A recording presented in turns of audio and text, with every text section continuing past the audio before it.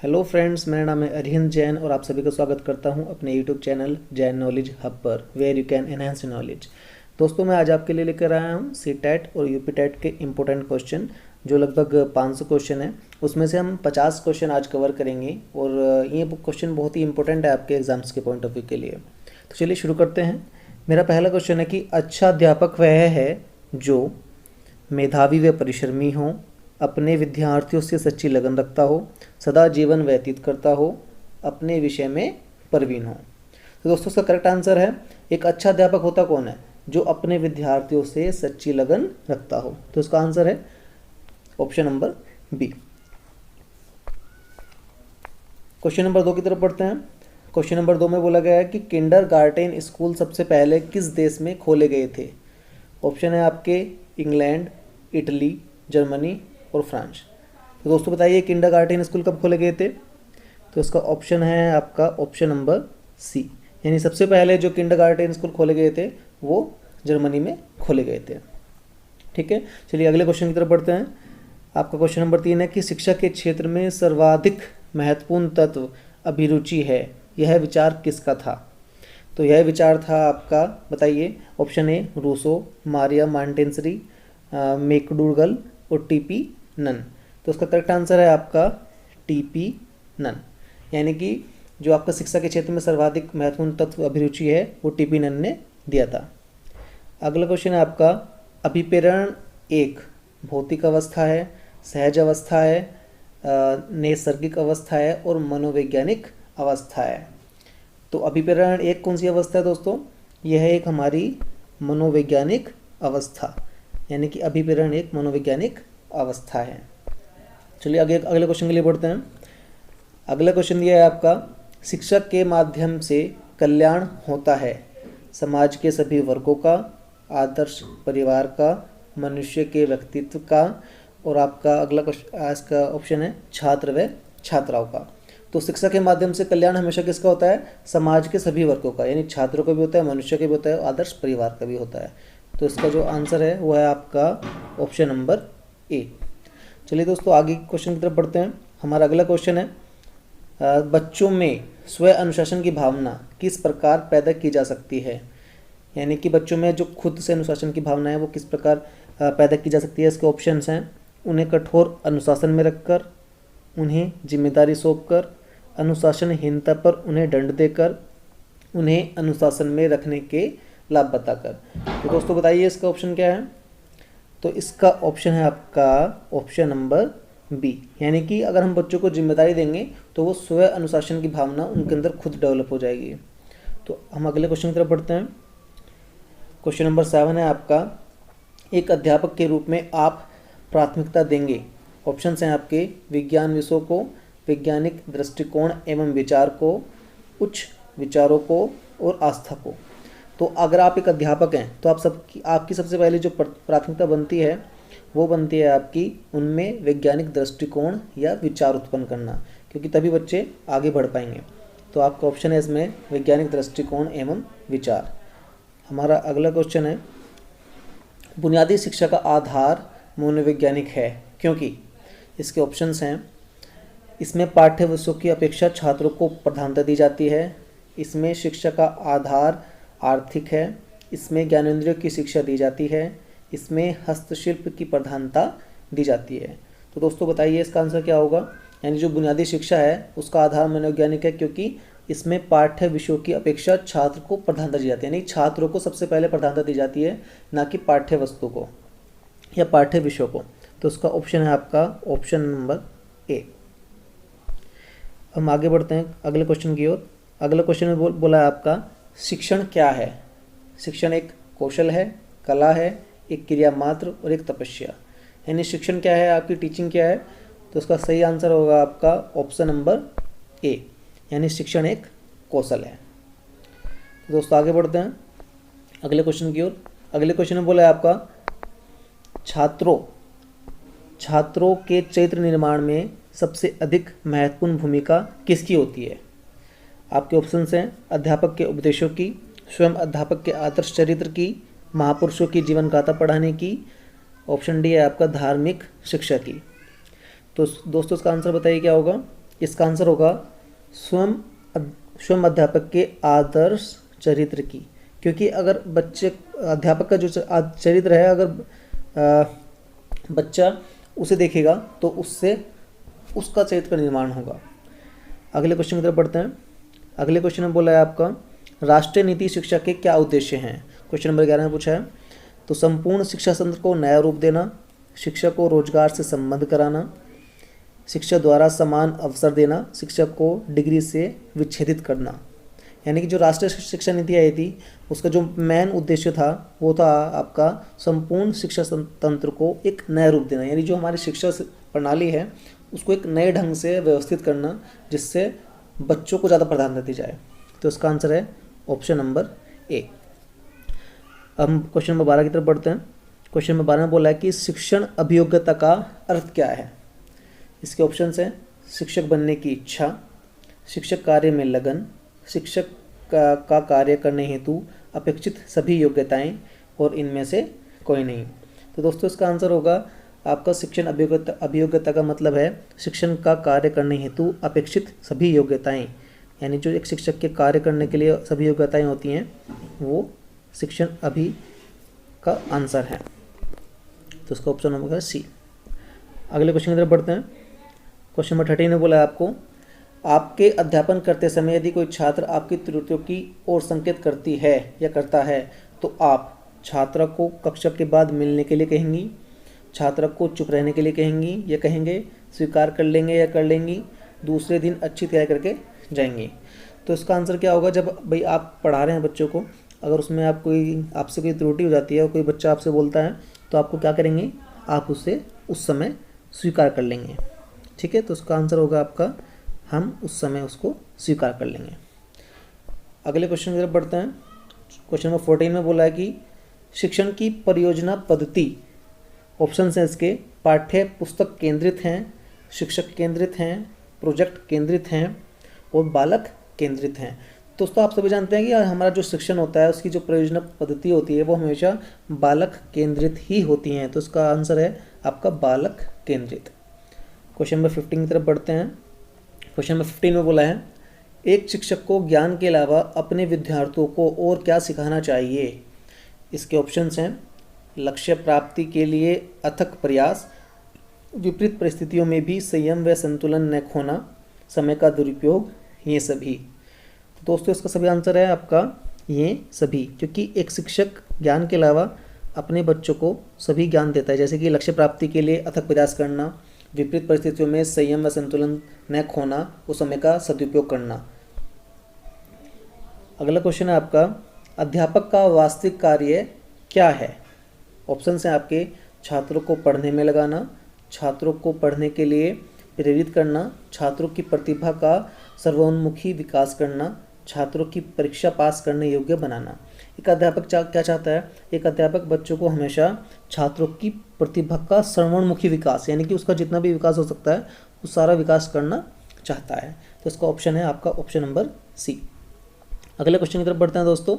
अगले क्वेश्चन में बोला है कि बच्चों की शिक्षा में यह अधिक आवश्यक है कि बच्चों को गलत काम करने पर दंडित किया जाए, बच्चों में सही आदतें डाली जाएं, बच्चों को पर्याप्त स्नेह दिया जाए, बच्चों का सर्वांगीण विकास हो। तो बच्चों की शिक्षा में सबसे महत्वपूर्ण है आपका बच्चों का सर्वांगीण विकास हो। अगर बच्चों का सर्वांगीण विकास होगा तो वो अच्छे से शिक्षित हो पाएंगे। दोस्तों अगले क्वेश्चन की तरफ बढ़ते हैं। अगले क्वेश्चन में बोला है आपका निम्नलिखित शिक्षण विधियों में से कौन सी विधि वास्तविक अनुभवों को प्रदान करने के दृष्टिकोण से उत्तम है। यानी कि आपकी विधि देखिए भ्रमण विधि, प्रोजेक्ट विधि, भाषण विधि और पाठ्य पुस्तक विधि। तो उसमें बोला है आपका निम्नलिखित शिक्षण विधियों में कौन सी विधि वास्तविक अनुभवों को, तो वास्तविक अनुभव कब मिलेंगे आपको, भ्रमण विधि से। तो इसका ऑप्शन है आपका करेक्ट आंसर है इसका भ्रमण विधि। अगले क्वेश्चन तरफ बढ़ते हैं दोस्तों।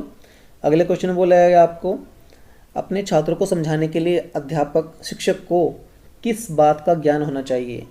इसके ऑप्शंस हैं बाल मनोविज्ञान, बालक कैसा सीखता है, बालकों की अभिरुचि और प्रवृत्तियाँ और ये सभी। तो दोस्तों इसका करेक्ट आंसर है ये सभी, यानी कि बच्चों को सब चीज़ का ज्ञान होना चाहिए। अगले क्वेश्चन की तरफ बढ़ते हैं। क्वेश्चन नंबर 20 में बोला गया है कि शिक्षकों को राष्ट्रीय भावना विकास हेतु क्या कदम उठाना चाहिए। तो इसके ऑप्शंस हैं, राष्ट्रीय भाषा का आधिकारिक प्रयोग करना चाहिए, विद्यालय में ऐसे कार्यक्रम का आयोजन करना चाहिए जिससे छात्रों में राष्ट्रीय भावना जागे, राष्ट्रीयता के विरोधी तत्वों का दमन करना चाहिए, पूरे राष्ट्र के लिए एक ही जैसे विषय वस्तु की वकालत करनी चाहिए। तो हमारा इस क्वेश्चन नंबर 20 का आंसर होगा आपका, इसमें होगा आपका विद्यालय में ऐसे कार्यक्रम का आयोजन करना चाहिए जिससे छात्रों में राष्ट्रीय भावना जागे।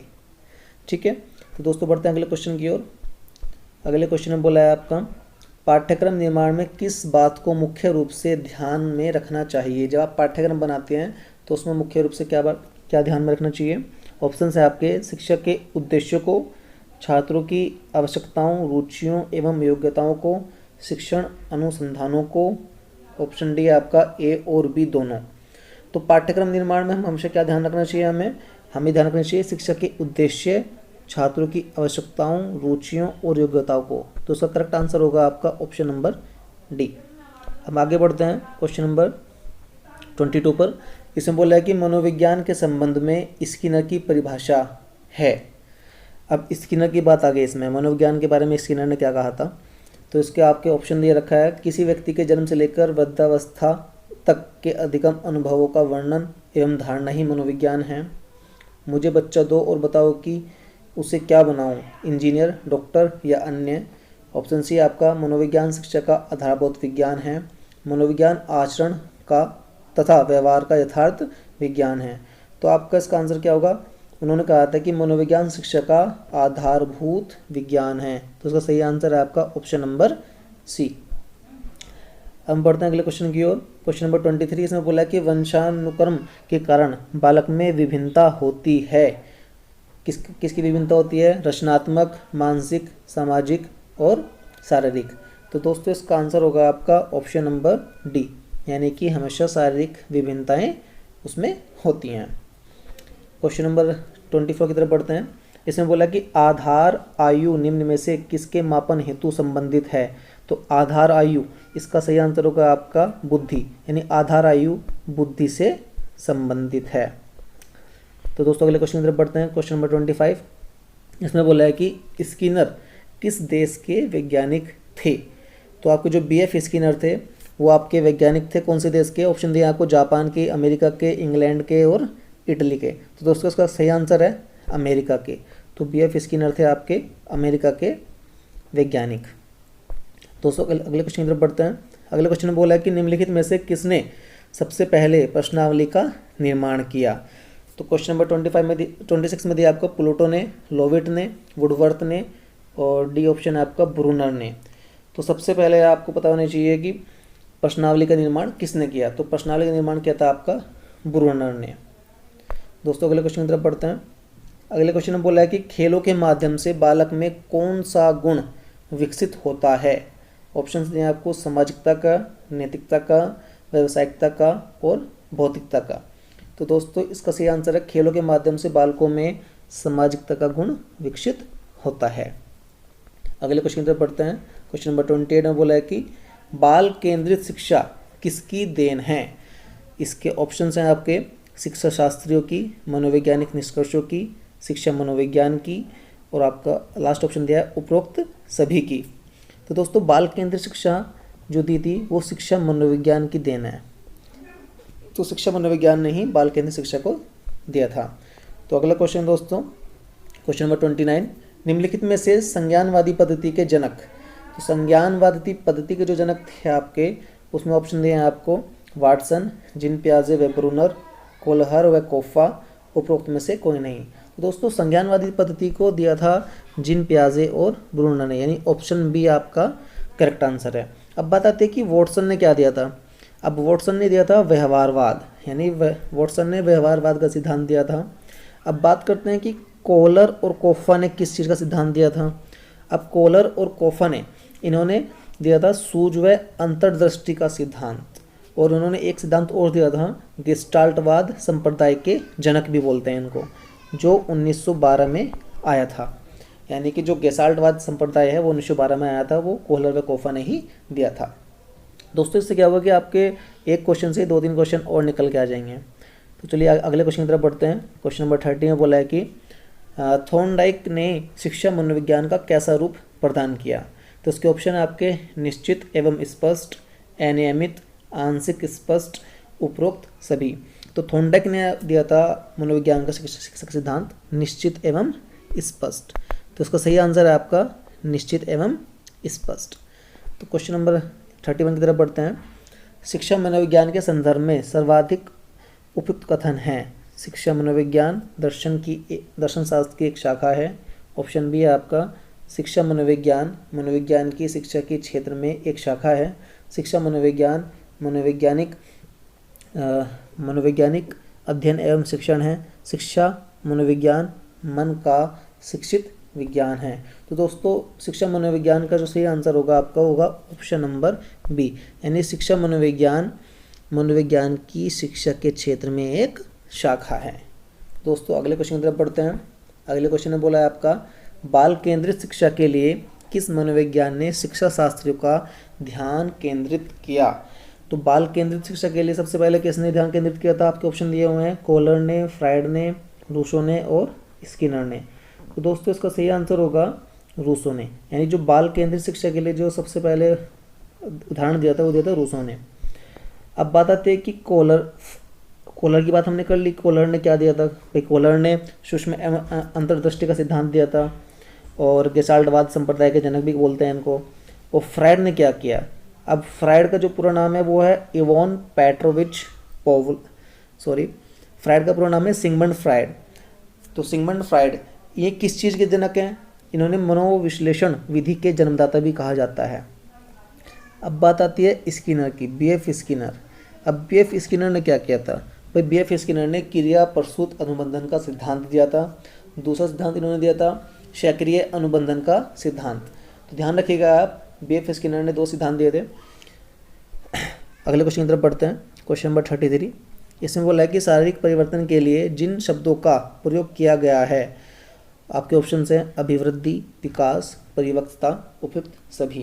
तो दोस्तों इसका सही आंसर है आपका ऑप्शन नंबर ए, इन शारीरिक वृद्धि के लिए अभिवृद्धि का जाति शब्दों का प्रयोग किया गया है। अगले क्वेश्चन की तरफ बढ़ते हैं।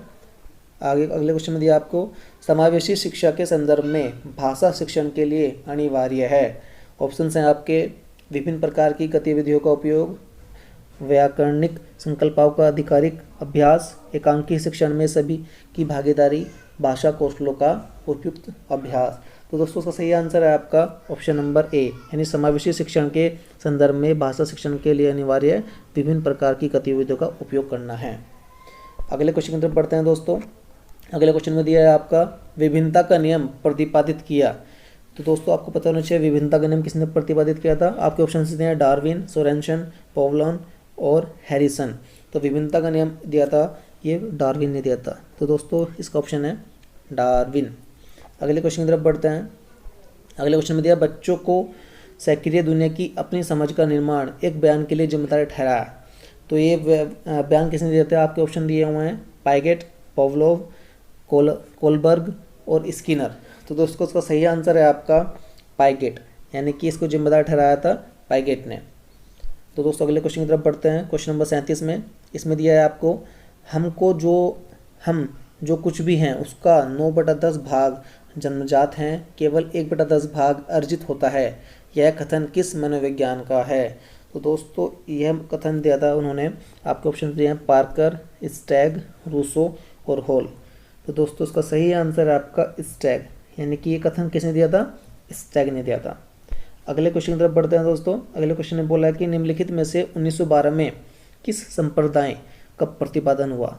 हमने आपको बोला था कि 1912 में गेस्टाल्टवाद संप्रदाय का प्रतिपादन हुआ था। वो किसने किया था, ये कहता है कोलर और कोफ्फा ने। तो दोस्तों इसका सही आंसर है आपका गेस्टाल्टवाद संप्रदाय, यानी ऑप्शन ए। अगले क्वेश्चन की तरफ बढ़ते हैं। क्वेश्चन नंबर 39, इसमें बोला है कि वुडवर्थ के अनुसार अंतर्दृष्टि किस प्रकार की दृष्टि होती है। आपके ऑप्शन हैं पश्चात दृष्टि, पूर्व दृष्टि एवं पश्चात दृष्टि दोनों, उपरोक्त सभी। तो दोस्तों उसका सही आंसर है आपका ऑप्शन नंबर 2, क्योंकि वुडवर्थ ने कहा था कि अंतर्दृष्टि हमेशा पूर्व दृष्टि होती है। तो दोस्तों अगले क्वेश्चन तरफ बढ़ते हैं। क्वेश्चन नंबर 40, इसमें बोला है कि निम्नलिखित में से चिंपैंजियों का प्रयोग किसके द्वारा किया गया। तो आपके ऑप्शंस हैं कोफा के द्वारा, वदाइमर के द्वारा, कोहलर के द्वारा और उपरोक्त सभी के द्वारा। तो जो चिंपैंजी है उसका प्रयोग किसने किया था सबसे पहले, आपको पता होना चाहिए। तो क्वेश्चन नंबर 40 का सही आंसर है आपका कोहलर के द्वारा। और आपको पता होना चाहिए उस चिंपैंजी का नाम क्या था, उस चिंपैंजी का नाम था सुल्तान। क्या था उसका नाम, सुल्तान, जो कोहलर ने इस्तेमाल किया था। ठीक है दोस्तों, चलो दोस्तों आगे बढ़ते हैं क्वेश्चन नंबर 41 की तरफ। क्वेश्चन नंबर 41 में बोला है कि कोहलर द्वारा चिंपैंजियों पर किया गया प्रयोग किससे संबंधित था। तो आपको पता होना चाहिए कि कोहलर ने किससे संबंधित दिया था। तो आपको पता है कि कोहलर ने सूझ और अंतर्दृष्टि का सिद्धांत दिया था। तो इसमें आपका जो सही आंसर होगा वो होगा ऑप्शन नंबर डी, क्योंकि ऑप्शन नंबर ए में दिया है सूझ से, ऑप्शन नंबर बी में दिया है अंतर्दृष्टि से, ऑप्शन नंबर सी में दिया है आपका अंतर्दृष्टि और सूझ दोनों से, और ऑप्शन डी में सभी। तो आपका सही आंसर है इसमें उपरोक्त सभी। तो दोस्तों अगले क्वेश्चन तरफ बढ़ते हैं। क्वेश्चन नंबर 42 में बोला है आपको निम्नलिखित में से कार्ल रोजर्स द्वारा सिद्धांत का प्रतिपादन किया, यानी कार्ल रोजर द्वारा कौन से सिद्धांत का प्रतिपादन किया गया है, उसका सही आंसर क्या होगा। ऑप्शन ए पर्यावरणीय सिद्धांत, ऑप्शन बी अंतर्दृष्टि का सिद्धांत, ऑप्शन सी सूझ का सिद्धांत और ऑप्शन डी उपरोक्त सभी। तो आप जानते हैं दोस्तों कि अंतर्दृष्टि और सूझ का सिद्धांत ये तो कोहलर ने दिया था। ठीक है, तो बचा क्या, पर्यावरण का सिद्धांत, यानी आपका सही आंसर क्या होगा पर्यावरण का सिद्धांत, यानी कार्ल रोजर द्वारा पर्यावरण का सिद्धांत दिया गया था। तो दोस्तों अगले क्वेश्चन की तरफ बढ़ते हैं। अगले क्वेश्चन में दिया है कि निम्नलिखित में से आलपोर्ट किस व्यवस्था के प्रबल समर्थक थे। अब जो आलपोर्ट थे वो किसके समर्थक थे, इसमें आप ऑप्शन दिए हैं पर्यावरणीय व्यवस्था के, साहचर्यवाद व्यवस्था के, उपरोक्त में से कोई नहीं, और आत्म बिंदु रेखीय व्यवस्था के। तो आपको पता है कि जो पर्यावरणीय व्यवस्था के थे वो तो आपके कार्ल रोजर्स थे। ठीक है, तो आलपोर्ट किसके थे, तो आलपोर्ट थे आपके ऑप्शन नंबर डी, यानी आत्म बिंदु रेखीय व्यवस्था के। तो आत्म बिंदु रेखीय व्यवस्था के जो प्रबल समर्थक थे वो थे आपके आलपोर्ट। अब बात आती है साहचर्यवाद व्यवस्था के कौन थे, तो इनके थे अलेक्जेंडर बेन। तो दोस्तों अगले क्वेश्चन तरफ बढ़ते हैं। क्वेश्चन नंबर 44, इसमें बोला है कि आलपोर्ट ने सर्वप्रथम किन गुणों से संबंधित विश्लेषण किया। तो आपको पता है कि भाई अंतर्दृष्टि से संबंधित गुणों का विश्लेषण तो कितने किया था, कोहलर ने। अब बात आती है कि आलपोर्ट ने कौन सा किया था, तो अब बचा क्या है, इसमें बोला कि व्यवहारिक गुणों का, यानी ऑप्शन बी सॉरी। तो आपका सही आंसर क्या है, ऑप्शन बी, यानी कि आलपोर्ट ने सबसे पहले व्यवहारिक गुणों का विश्लेषण किया था। तो दोस्तों अगले क्वेश्चन तरफ बढ़ते हैं। क्वेश्चन नंबर 45, जेम्स ट्रेवर ने मनोविज्ञान को किस प्रकार का विज्ञान माना है। आपके ऑप्शंस हैं अशुद्ध विज्ञान, आंशिक विज्ञान, शुद्ध विज्ञान, व्यवहार का शुद्ध विज्ञान। तो दोस्तों उसका सही आंसर होगा आपका ऑप्शन नंबर बी, यानी कि जेम्स ट्रेवर ने इसको आंशिक विज्ञान माना था। अगले क्वेश्चन की तरफ बढ़ते हैं दोस्तों। क्वेश्चन नंबर 46, इसमें बोला है कि वॉटसन ने मनोविज्ञान को किस प्रकार का विज्ञान माना है। आपको पता होना चाहिए कि वॉटसन ने सबसे पहले किस चीज़ का सिद्धांत का प्रतिपादन किया था। तो वॉटसन ने किया था व्यवहारवाद का, और उन्होंने किस प्रकार का विज्ञान इसको माना था, तो उसका सही आंसर होगा व्यवहार का शुद्ध विज्ञान, क्योंकि उन्होंने व्यवहारवाद दिया था तो इन्होंने क्या माना था उसको, विज्ञान को व्यवहार का शुद्ध विज्ञान। तो दोस्तों अगले क्वेश्चन की तरफ बढ़ते हैं। क्वेश्चन नंबर 47 में इसमें आपको बोला है कि मनोविज्ञान के संबंध में मैक्यूडगल की परिभाषा है, यानी कि मैक्यूडल की परिभाषा किसने दी थी, क्या है, इसमें है आपका ऑप्शन ए मनोविज्ञान आचरण तथा व्यवहार का यथार्थ विज्ञान है। इसमें बोला है फिर आपको कि किसी व्यक्ति के जन्म से लेकर वृद्धावस्था तक के अधिगम अनुभवों का वर्णन तथा धारणा ही मनोविज्ञान है। ऑप्शन सी दिया आपको मनोविज्ञान शिक्षा का आधारभूत विज्ञान है, जो किसने बोला था, ये बोला था BF स्किनर ने। और फिर मुझे बच्चा दो और बताओ कि उसे क्या बनाऊं, इंजीनियर, डॉक्टर या अन्य। तो इसका सही आंसर होगा आपका मनोविज्ञान से संबंधित मैकडूगल की जो परिभाषा का थी वो, उसका सही ऑप्शन आपका मनोविज्ञान आचरण तथा व्यवहार का यथार्थ विज्ञान है। तो दोस्तों अगले क्वेश्चन तरफ बढ़ते हैं। अगले क्वेश्चन में आपको बोला है 48 में, एक छात्र के अधिगम पर उसकी आर्थिक स्थिति का किस प्रकार प्रभाव पड़ता है। आपके ऑप्शंस हैं अमीर छात्र अधिक अधिगम करता है, किसी प्रकार का प्रभाव नहीं पड़ता, गरीब छात्र कम अधिगम करता है, और ऑप्शन डी आपका उपरोक्त में से कोई नहीं। तो एक छात्र के अधिगम पर उसकी आर्थिक स्थिति का हमेशा कौन सा प्रभाव पड़ता है? तो इसका सही आंसर है आपका किसी भी प्रकार का प्रभाव नहीं पड़ता, यानी एक छात्र की जो लर्निंग क्षमता है उस पर आर्थिक का कोई प्रभाव नहीं पड़ता। तो अगले क्वेश्चन की तरफ बढ़ते हैं दोस्तों। अगले क्वेश्चन में बोला कि निम्नलिखित में से किस मनोवैज्ञानिक ने अपने प्रयोग कुत्ते पर किए?